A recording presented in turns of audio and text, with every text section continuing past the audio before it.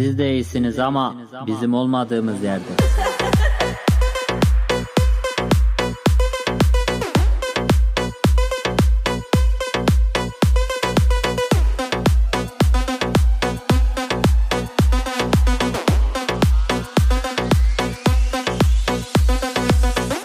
They can't even match the music. They can't even rap that the black producing. Now they wanna crack the new shit. They just wanna act that I'm back the new kids. They can't even match the music. They can't even rap that the black producing. They just wanna crack the new shit.